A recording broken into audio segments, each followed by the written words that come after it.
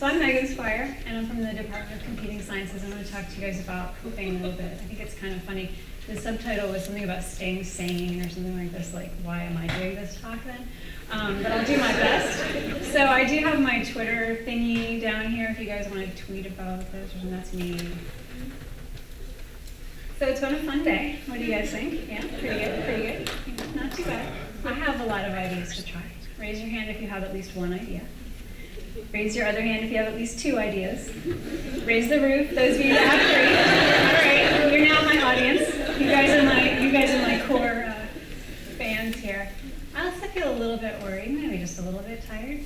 Maybe because it's the end of the day, but maybe it's just me. Anybody? A little edgy, okay. iPads coming at Trello, what's that? Change, new ideas. Maybe I'm not the only one, you know. Technology. Maybe I'm not the only one. Somebody might have picked up on this. It tends to bother us, maybe just a little bit. I took this picture. It's socially frustrating too at times. I took this picture in Florence. I'm back here. I'm 5 foot nothing. I'm trying to see the thing, and I'm with my actual eyes, the thing's in my bottom, and everybody's got their photo eyes trying to do this. Oh, come on. Technology can be awesome, but it can also be so frustrating. Some people say that the double whammy, that technology plus change is sort of doubly bad, and that what we're really experiencing looks something like this, that technology change goes so much faster than other types of change that we deal with. That's why we're frustrated. You know, that's what's going on. Now this chart, real data is not behind this chart. This chart is from a book. He was trying to make a point, okay. But it does, it kind of tells us, hey, maybe that's what it feels like anyway, right? That's what it feels like, the technology changes, goes so much faster. I can't keep up, behind, worried. The Wall Street Journal, other newspapers, they love to take advantage of that feeling that we have, right? And so they ran this headline. This was from March. I love this one. Took the telephone 75 years to do what Angry Birds, a foolish thing, right, a game, did in just, 35 days. There's so much wrong with this, it's not even funny. I will try to restrain myself by only telling you a few of the things. For one thing, it wasn't Angry Birds, it was Angry Birds Space. So you had to already have Angry Birds, and then you upgrade it anyways. So, Another thing is, we do not measure technology change this way. You may be feeling this, and that headline may appeal to you, but that's not how we measure it. So let's get real for a moment. This is how we measure technology change. It's called the adoption curve. And what we do is we measure how much of a market, a given target market, that's your tall axis over there, okay, your y-axis. How much of a given market, out of 100%, is using a particular technology at a given time, okay? So here's time ticking along, how many people are using it today, tomorrow, and so on, all the way up to when you reach the full potential. And it's supposed to look like that. All right, we don't measure it using a bar graph. That's just silly. Here's some real data that I gathered from a research project that I'm working on. I'm interested in doing a really long research project on the side about how technologies die. And so this is some data that I collected, and I plotted it for you. So you can see this is real adoption of a technology over time. And it's basically the S that you saw. There's my little lump there. So this is real data, and we can do this for any technology or any idea that you have. You can plot it like this. It's pretty easy. We'll call this technology, by the way, RF. I don't want to, we'll let them remain secret who it was. But their change curve looked like this. Here's some personal consumption technologies that you might be familiar with. The telephone, the stove. And so if we plot them properly, using that S curve, we'll get something like this. Now this is from the New York Times. And you can see each technology is on its own little line, and they kind of curve up. We've got time ticking along here, and there's 2 ways to show this. This one shows it by years. You could also plot this by how many years since its invention, or how many years since it's available. So there's 2 ways to show that bottom one. This one does the time one, which I thought would be easier for everybody to read. And we can see that the line shapes are basically upward, they're kind of growing, but every once in a while there's some interesting stuff that goes on. What's happening here with the clothes washer? Any history buffs? Yeah, there was a time of war. You can also see some other lumps, so here with the automobile, just here this red line, it kind of dips down during that time. Something that I'm really interested in is this gap here, the innovation gap. Okay? Nothing's really going on there in the consumer products industry because you got depression followed by war, so all the mind share is going to fixing those issues. So kind of interesting. The headline, though, is consumption spreads faster today, or innovation spreads faster today. And the idea is that the lines over there in the past are kind of more delicately sloped. They're a little more gradual, and these are more steep and terrifying. Okay. And then I suppose if we were going to put the Angry Birds in there, it would just be, it would just shut up and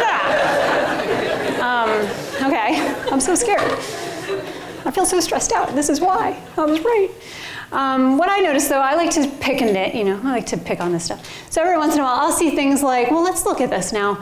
Here's the color television, here, this blue line. Well, where's the regular television? They didn't put it on there. I wonder what its line would look like. That's an add-on technology. The VCR, that's an add-on to, you already have to have a television. So show me all of them. I want more data, of course. This doesn't have it. But in general, maybe the lines are getting steeper, maybe they're not. I don't know. Depends. If we don't like the S-curve, we can show the data for how much the technology is being adopted this way as well. Now this is a column graph, okay? But instead of showing market share over there on the y-axis, we can show just pure counts, like how many people are buying this thing, how many people are doing it. And so we end up with a graph that looks more like this. This is the same data that drew the S-curve, right? It's just that now I'm just doing counts instead of percent. Okay. Looks like this. So this one started off slow, got really popular, and then kind of trailed off, and then it died. This is what the graph looks like when we start to put labels on those people as they bought or used the device. Now I know y'all all want to be over here. Isn't that just such a appealing term? We all want to be laggards. No, everybody looks at this and they go, oh, I want to be over there on the left. I want to be in the cool kids club, right? I want to be in the innovator group. But the fact is, the mean, right? There's standard deviation on either side of that. You're just as likely to be on one side of that as the other. Shouldn't I always try, though? Isn't it better to try to be on the left? Isn't it better? Isn't it cooler? Isn't that what you do, Megan? Come on now. Well, no, and I'm going to show you some graphs to show why, and then we'll talk about some of the, the fallacies there. So here's some other data that I ran into last night while I was looking for this. See that little bump there? This doesn't look like an S-curve, does it? It's kind of like a camel hump, and it's got a weird jag in the middle of it.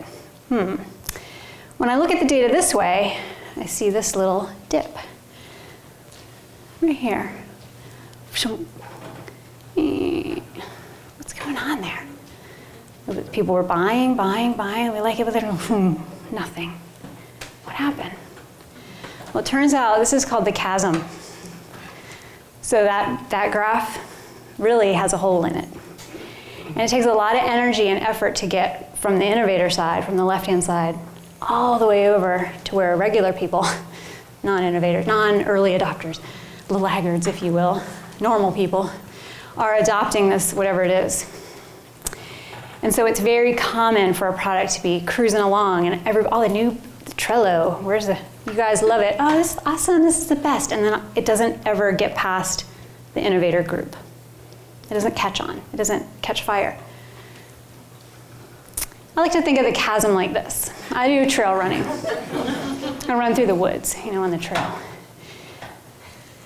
What's getting ready to happen to this guy? He's going to do what we all do when we hit the spider web, right? We turn into a ninja, right? We're karate experts all of a sudden because it gets all over you and it's unpleasant. Wouldn't you rather be the second person on the trail? Okay. This guy hit the chasm. I did not hit the chasm. By the way, I picked this. There's a ton of pictures online of people running into spider webs. Go figure. But I picked this one because I've actually run that race. So somebody in this audience might know this guy. He's apparently local. Anyway, here's another curve. This one's called the Gartner hype cycle. Has anybody seen this one before? It's kind of fun. Yeah. This one's cool. This shows no matter what a technology is or a change that you're getting ready to adopt, it kind of follows this little pattern. Now they call it a hype cycle, but you can see this little line. It's not a cycle. A cycle should come back, and this one doesn't. We could debate how that would look. That could be kind of cool, but anyway. technology starts, it triggers at the bottom with something, kicks it off. We might call this research and development or invention. And then it reaches a peak with inflated expectations. Everything's going to, it's going to solve all of our problems, right? There will be no more war. Yay. And then we realize that's not really true. We enter this trough of disillusionment and despair. We ultimately realize, well, maybe if we do it this way and not that way, and yeah, maybe we overstated that a little bit. We eventually leave the trough and end up with a plateau of productivity, yeah? Here's what the hype cycle looks like for me this year.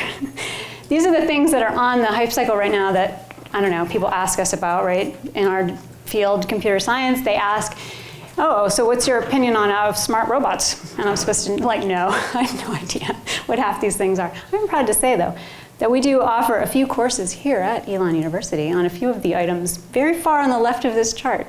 So this is what the tech hype cycle might look like at any given time. The other day I took this and I dialed it back and I said, all right, well, let's look for some of the cool things that maybe the talks are on here. So gamification, you'll see that's on the curve. And according to these guys, it's getting ready to enter the trough, so beware.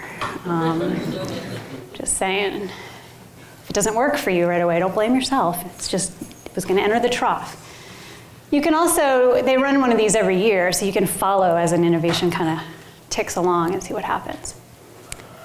What I like to do, though, is line up the Gartner hype cycle with our innovation curve on the bottom, and you can see that trough of disillusionment, we can nicely line up with the chasm, right? Maybe those are the same things. It's like we may have some down experiences, in our technology and adoption. It's likely to happen. And if you were a laggard over here, you're feeling bad about yourself, well, really, you just waited for productivity to happen. You just waited until you were able to actually, use the thing and be productive with it instead of roller coastering along. So maybe it's not so bad to be a laggard, right? Feel good about yourself. It's good. It's good. We're also not in the same, we're not always laggards. We're not always innovators. There are things with which I innovate, and there are things with which I don't. So I'm sure everybody can think of one thing that you're an innovator on, yeah? And maybe another thing that you're kind of a laggard on. I was a bit of a laggard on Twitter. I still am. That's why my username has that 0 on the end, because I couldn't get the one I wanted, because someone else with my name already stole it. So you don't have to be an innovator with everything. You can pick and choose. You can be discerning. Tips, practical tips. So I promise strategies, right? Tips. So first I'm going to talk to folks who kind of feel like they may be, more often than not, maybe on that right-hand side of maybe in the late adopters, maybe not quite the innovators all the time. And then I'll have a few tips for the folks who are maybe more left of the chasm, right? So here's our tips for the right of the chasm people. With technology, first and foremost, we need to understand how it works. So we need to be realistic. This is your first tip. Know this going in. You can choose any two of these things with your technology and experience. You can have it be fast and cheap, but it's not going to be any good. You can have it be cheap and good, but it's not going to be fast. It's going to take a long time. Or you can have it be fast and good, but it's probably not going to be cheap. So you may choose any two. Know that going in. Those are your choices. To get all three, we might have to make compromises, right? Know that going in when you're picking and choosing what you're going to do. How are you going to spend your innovation cycles, your mental cycles? The mountain. So tip number 2, we like to start small. Pick something that looks definitely doable. I can definitely do this. Start with a tiny thing, right? Because what you can't see is how to scale an entire mountain. So pick a small project, a pilot project maybe. Right? And start there. Start with a tiny thing. Here's an example from my own life. So I started a pilot project back in 2004. It was a little 9 gigabyte data collection project. One user, one little database, one server, one program that I wrote. By 2014, that mountain, that stupid little 6 steps up the side of the mountain, has grown into 1,000 users, 203 programs. I mean, it's exploded, right? Now, if you'd showed me those figures on the right and said, this is the project that you're going to do, I would have said, no way. And I would have quit immediately. Like, there's no way. But if I pick something tiny, then I can let it grow into something big and it's much more manageable. So start small. Okay, that's really critical. Here's a graphical way of describing that. So my personal experience kind of looked like this. You say, what the heck's going on there, man? That was a big year. Yes, so I ended up with sort of an exponential kind of thing happening here. I'm going to show this graph in a different way so I can maybe give you an additional tip. I put this on a log scale just so we can see a little bit more detail about the first couple of years. This is the amount of data I was collecting, the amount of work I was doing on this project. The two parts shown in red are when I got big grants. You say, that's awesome, you got the outside money, that's really cool. But look what happened to my productivity. The grants were actually following productivity bumps. They weren't causing it. It's not like the grant said, oh, here's all this money, now you're going to be so much more productive. They actually, and if we want to be honest, there's a little bit of, chasm happening there. Like I wasn't really as productive while I was, after I got that money. But then I dug a little bit deeper and I realized those were the points when, right before I had big productivity bumps in my personal technology project. Those were the times when I got money from Elon. Okay, those are the times when I got small time actually, to be honest, but time and small investments, right? So you can sometimes the smaller investments will actually end up leading to larger productivity gains, especially on a pilot project. The tipping point, of course, was that last one, where I finally got time to write the thing that ended up allowing me to be that much more productive. And so now my data collection is huge. Pilot projects are key. Do it, do it, do it, do it. Number 4, don't listen to hype. So mine goes to 11. Everybody always wants to tell you why their thing. This is for the right of center kind of folks. People who are a little more conservative in their risk-taking ability. So yes, theirs goes to 11. Don't worry about what someone else is telling you, this is how it solved all their problems. You can listen to it, but you always need to keep your own compass, okay? And then this is my favorite. So if something's not working out, we need to acknowledge and move on. So I'm a quitter, non-rational escalation of commitment. That's what we call this. So that means your sunk costs, the cost of the time and the money that you already put into this technology project, that's gone. And it's not going to get back, you're not going to get that back just because you stick with the project. So recognize that and move on. So set realistic expectations. Tips for the left of chasm people. So this is the folks who think they're more on the cutting edge. These are your innovators, your sort of early adopters.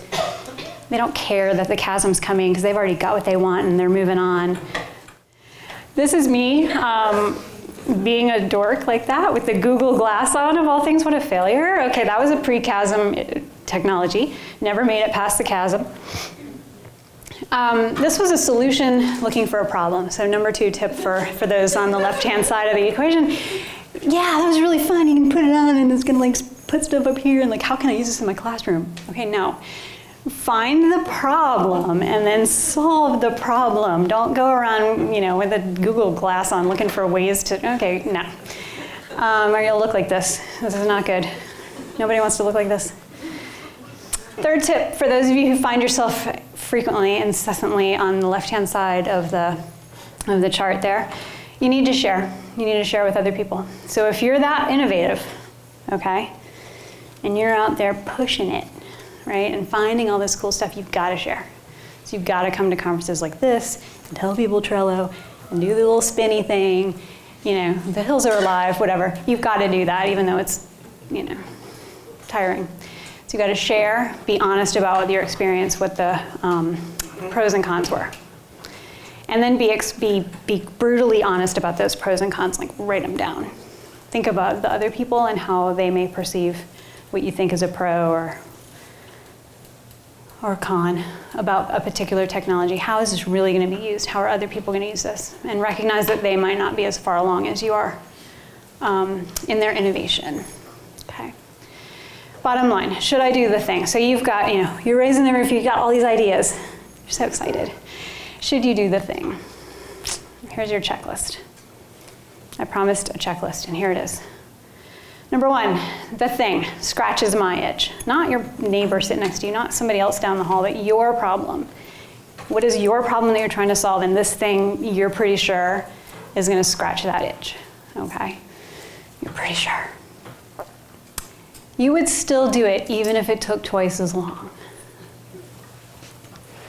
Think about that one, because it's a technology project, right? And I already told you about how if you want it to be good and cheap, it's probably not going to be fast. So imagine if it took twice as long and was twice as tedious to get done. Would you still want to do it? Maybe. Would you still want to do it if it costs twice as much?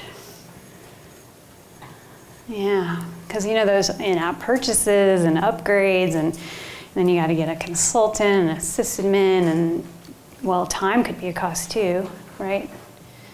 So would you still do it if it cost twice as much? And the real tell, would you still do it if you had to spend your own personal money on this? I'm always guilty of not doing that. Well, maybe I wouldn't do it if it was my money, but I do it with someone else's money. Don't let that stop you, but just think about it. That's probably an indicator that, I don't know about this. Maybe you can still go for it, but maybe not. Do you have, or are you living in reality at this point? Is there any sort of plan, any kind of timeline, or is it just sort of I'm going to figure it out? My favorite thing to do is say, I'm going to get to that in August. Right?